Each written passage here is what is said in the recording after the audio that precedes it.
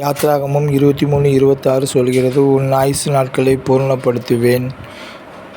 உன் ஜீவனுள்ள நாளெல்லாம் நன்மையும் கிருபையும் உன்னைத் தொடரும். நானோ கர்த்தருடைய வீட்டிலே நீடித்த நாட்களால் நிலைத்திருப்பேன். நீடித்த நாட்களால் அவனை திருப்தியாக்கி என் இரட்சிப்பை அவனுக்கு காண்பிப்பேன். தேவன் உனக்கு நீடித்த நாட்களையும் தீர்க்காயுசையும் சமாதானத்தையும் பெருகப் பண்ணுகிறார்.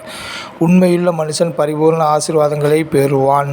தேவனை உறுதியாய் பற்றி கொண்ட மனதையுடையவன் தேவனை நம்பியிருக்கிறபடியால் நீர் அவனை பூர்ண சமாதானத்துடன் காத்துக்கொள்வீர். பரலோகத்தில் இருக்கிற உங்கள் பிதா பூர்ண சற்குணராய் இருக்கிறது போல நீங்களும் பூர்ண சற்குணராய் இருக்க கடவீர்கள்.